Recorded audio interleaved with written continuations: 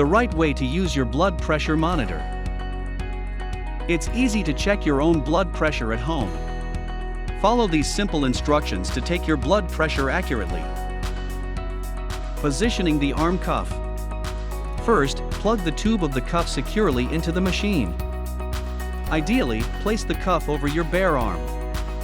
If you have any thick or tight sleeves, it may affect your reading. Apply the cuff to your arm, about 1 to 2 centimeters above your elbow. The air tube of the cuff should run straight along the inside of the arm. Wrap the cuff firmly but not too tightly, allowing for one finger to slip under the cuff. Taking your measurement. Sit on a chair with your feet flat on the floor. Rest your arm on the table so that the cuff is at the same level as your heart. Press the start/stop button. The cuff should begin to inflate automatically. Do not move your arm, fidget, or talk during the measurement process.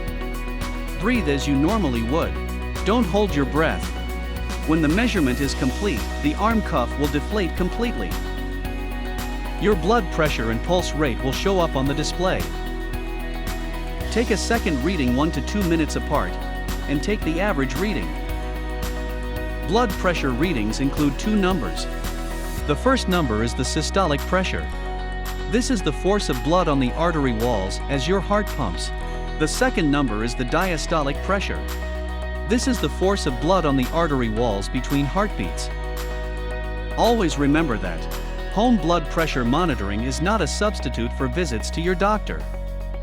Even if you get normal readings, do not stop or change your medications without talking to your doctor first.